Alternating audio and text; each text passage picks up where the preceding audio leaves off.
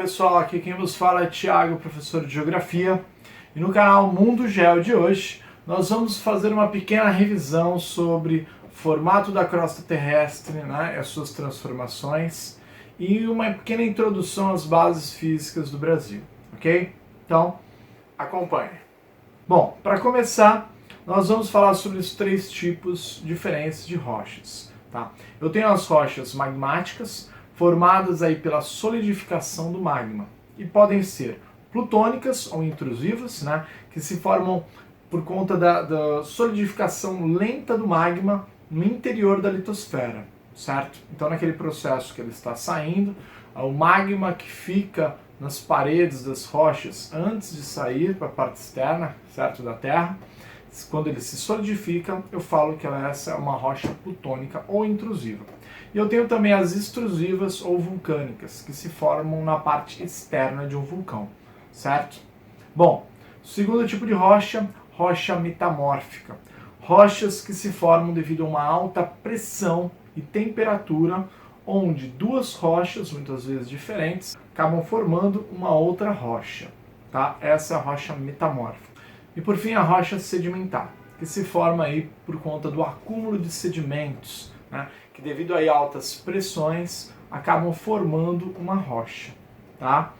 Então esses são os três tipos de rocha. E uma coisa interessante, né? Esses três tipos de rocha, eles formam um ciclo de rochas, onde uma pode se transformar na outra. Vamos entender. Uma rocha magmática que sofra aí erosão, processo de erosão, ela vai se transformar em sedimentos, e esses sedimentos depois podem ser compactados, formando uma rocha sedimentar. Por sua vez, a rocha sedimentar, ela pode se dissolver no magma, certo? Na lava, e quando ela se solidifica, ela se transforma numa rocha magmática. Tá? Uma metamórfica pode passar pelo mesmo processo de erosão ou se transformar numa magmática se ela for dissolvida pela lava, tá? Então aqui eu tenho o ciclo das rochas, ok? Bom, agora vamos falar sobre os escudos cristalinos. Os escudos cristalinos são rochas que se formaram há muito tempo atrás, certo? Muitas vezes devido aí a dobramentos, mas que ocorreram aí há milhões de anos atrás, lá na era pré-cambriana, tá? Então assim, por serem muito antigos, sofreram já muito desgaste da ação do tempo. Então, normalmente são áreas mais baixas, certo? Podendo ser planaltos ou mesmo montanhas mais baixas. Esses escudos cristalinos, eles podem ser aí tanto rochas magmáticas, né, composto de rochas magmáticas, como de rochas metamórficas. No território brasileiro, 36% do nosso território é formado por escudos cristalinos. E qual que é o interessante aí de saber, né, de escudos cristalinos? É lá que eu encontro a maior parte dos metais procurados e utilizados pelo homem, né? Seja aí para construção civil, para a indústria, enfim. Bom, agora as bacias sedimentares. Bacias sedimentares são áreas grandes, né, onde eu tenho um acúmulo de sedimentos, certo? Sedimentos que vêm se acumulando, podem vir se acumulando aí a longas datas, desde a era paleozoica, mesozoica ou até mais recente, cenozoica, tá? No acúmulo de sedimentos, eu vou aí ter aí alguns aspectos econômicos bem interessantes, porque é lá, nessas bacias sedimentares, que eu vou encontrar jazidas de petróleo, de carvão mineral, entre outros. E por fim, os dobramentos modernos. Os dobramentos modernos ocorrem em áreas convergentes de placas tectônicas, áreas de choque, né? Então eu tenho um dobramento, ou seja, uma das placas ela se dobra, né, formando as grandes cadeias montanhosas. Então, Cordilheira dos Andes, Himalaia, os Alpes, né, são resultados desses dobramentos, desse choque de placas tectônicas. É lá que eu encontro também muitos vulcões, né? Posso encontrar muitos vulcões. São áreas instáveis, então, onde eu tenho ocorrência de terremotos. Então, são as maiores cadeias montanhosas, são aí os dobramentos modernos. Bom, os agentes que podem modificar o relevo são classificados como endógenos ou internos, né? Forças que vêm de dentro do planeta Terra que acabam por transformar, né, a crosta terrestre. Como é o caso dos vulcões, dos movimentos tectônicos, né, dos terremotos. Então, esses agentes que se iniciam aí no interior da Terra são classificados como agentes endógenos, ok? Ou internos. E eu tenho também os agentes exógenos ou externos, que ocorrem na superfície da Terra e que transformam o relevo. Então, a chuva, né, a influência aí da água do mar, da água dos rios, os próprios seres vivos, né, incluindo aí o ser humano, né, são agentes transformadores do relevo, ok?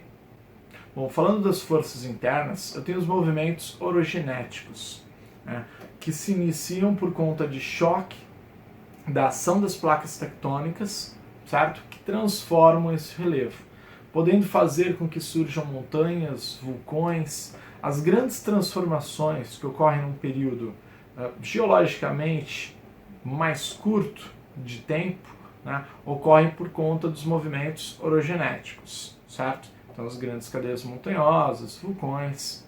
E eu tenho os movimentos epirogenéticos. Bom, o movimento epirogenético é um movimento bem mais lento, certo? Que ocorre com rebaixamento ou soerguimento de grandes blocos continentais. Então, por conta desse rebaixamento, obras de engenharia foram aplicadas construindo polders, né, que eu tenho aí no continente europeu, certo? E no caso de soerguimentos, grandes fiordes surgiram por conta, né, desse movimento mais lento. Agora falando sobre vulcanismo, o que nós vamos aí guardar, tá, sobre o vulcanismo, que é bem assim pertinente, que aparece bastante, é sobre o Círculo de Fogo do Pacífico. Então, localizado no Oceano Pacífico, né, pegando desde a costa oeste da América até aí o leste da Europa, pegando a Oceania, eu tenho uma grande área de choque de placas tectônicas, certo? Consequentemente, surgimento de vulcões na região. Então, tem uma grande quantidade de vulcões nessa área. Círculo de Fogo do Pacífico, ok? Dê uma olhada, interessante estudar. Bom, sobre os terremotos, tá?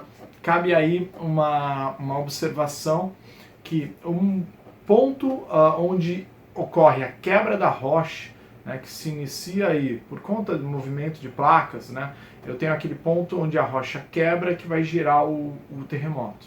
Então, aquele ponto de quebra, muitas vezes na parte interna, certo, da litosfera, eu chamo de hipocentro.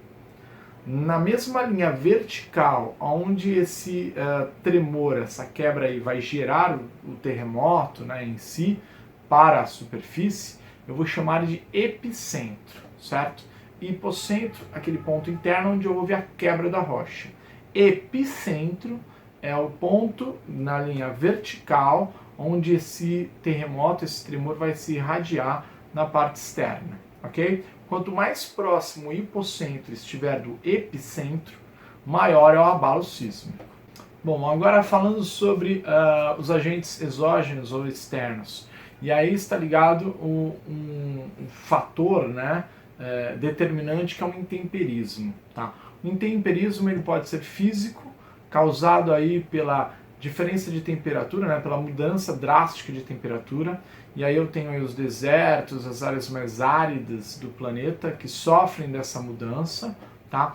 E é onde a água vai se congelar, né? Então, em locais onde a água se congela, ela vai gerar ali um desgaste da rocha daquele local, certo? E aí eu tenho o intemperismo físico. E o intemperismo químico é quando algo muda, né, a química das rochas. Podendo aí ser chuva, né? Normalmente eu tenho mais ação da água gerando esse intemperismo químico.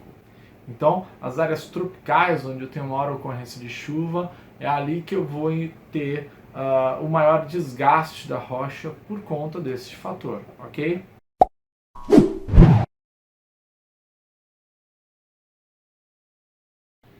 Fala aí, galera, vamos para mais um momento descontração. E no momento descontração de hoje, nós temos 3 excelentes. Primeiro, o que o pneu disse para o asfalto? Você me deixa careca. Segunda, o que uma rua disse para outra? Presta atenção que essa é bem romântica, né? Que tal nos encontrarmos na esquina? Romântica essa, hein? E a última, a melhor de todas, por incrível que pareça, né? O que a campainha disse pro dedo? Se você me apertar, eu grito.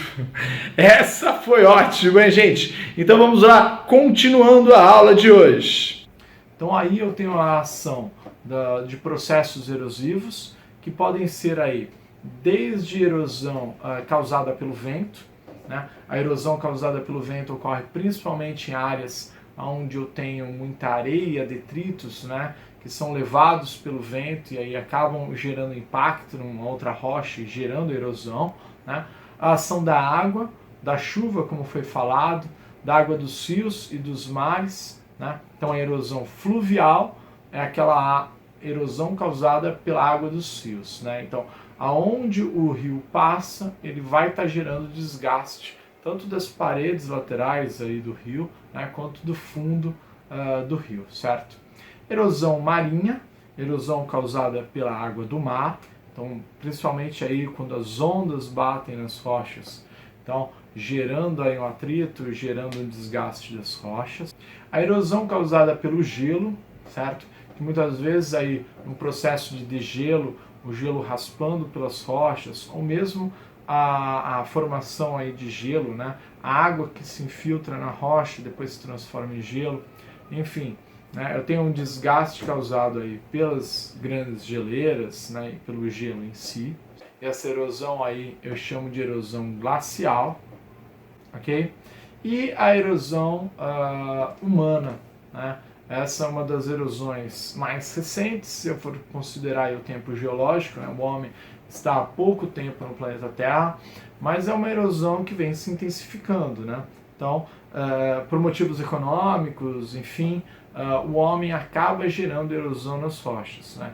E aí cabe uma observação, né? A erosão causada pelo homem em busca muitas vezes de minérios, né, que são necessários para a nossa sociedade, para a estruturação da nossa sociedade, para a ampliação de bens que são necessários, sim, para os humanos, ela acaba aí prejudicando o meio ambiente, né?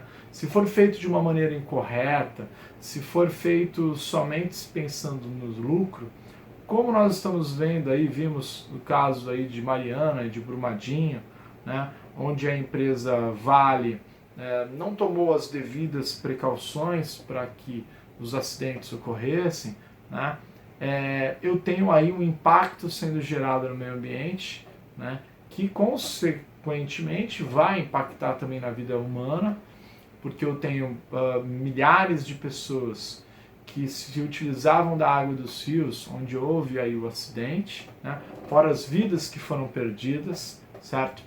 Então, assim, o impacto humano é muito grande, né? Claro, não dá para comparar com o impacto natural, né, o desgaste, as transformações que ocorrem por conta da própria natureza, mas é significativo desde o surgimento aí dos seres humanos, certo? Bom, agora comentando aí sobre as bases físicas do Brasil, tá? O Brasil, ele está localizado numa área distante de choque de placas tectônicas, né? Eu só tenho movimentos epirogenéticos que vão afetar aí a região, então são movimentos muito lentos e por isso, né, que aqui no Brasil nós não temos a ocorrência de vulcões ou mesmo de terremotos, de grandes terremotos. Nós temos aí reflexos de terremotos que ocorrem na parte oeste da América do Sul, certo? Como já foi dito anteriormente, 36% do território brasileiro é constituído de escudos cristalinos, rochas metálicas, onde muitas vezes é lá que eu vou encontrar ferro, manganês, né, bauxita. Então, assim, minérios importantes, principalmente no campo industrial, certo? Que eu encontro nesses escudos cristalinos. Então, a existência de 36% do território, né, formada aí por escudos cristalinos, vai dar uma vantagem, ou ela vai proporcionar aí, né, a possibilidade de nós explorarmos esses minérios, fazendo inclusive que o Brasil seja um dos principais exportadores, por exemplo, do ferro. né? O minério de ferro é extremamente importante para a construção civil, certo? Nós temos aí 13,6% do minério, de todo o minério de ferro produzido, colocando a gente como um dos principais exportadores do mundo do minério de ferro. E nós temos um diferencial, né? As nossas jazidas de minério de ferro, nós temos um alto teor metálico, né? Então, assim, esse alto teor metálico é interessante porque nós conseguimos aproveitar mais do minério, né, nessa retirada do metal de ferro, ok? Um dos destaques aí, né, na extração do minério de ferro, mais de 70% do minério de ferro é extraído no quadrilátero ferrífero em Minas Gerais. Depois eu tenho aí um destaque para Mato Grosso do Sul, certo? E o Pará. Então são os maiores produtores de ferro. Ferro, que como eu disse, é muito importante, principalmente porque ele é a base, né, da produção do aço, né? De várias formas aí, né, de vários tipos de aço. Eu tenho aí a base da produção do aço, é o minério de ferro. Então é muito importante, uma vez que tudo praticamente hoje em dia é construído com aço, né? Prédios, pontes, enfim, indústrias. Outro minério aí existente no nosso território que também merece aí uma atenção é um minério chamado cassiterita. Resistente aí à oxidação, né? Ele é muito utilizado principalmente em eletroeletrônicos. Os principais locais dessa extração, Rondônia e Amazonas.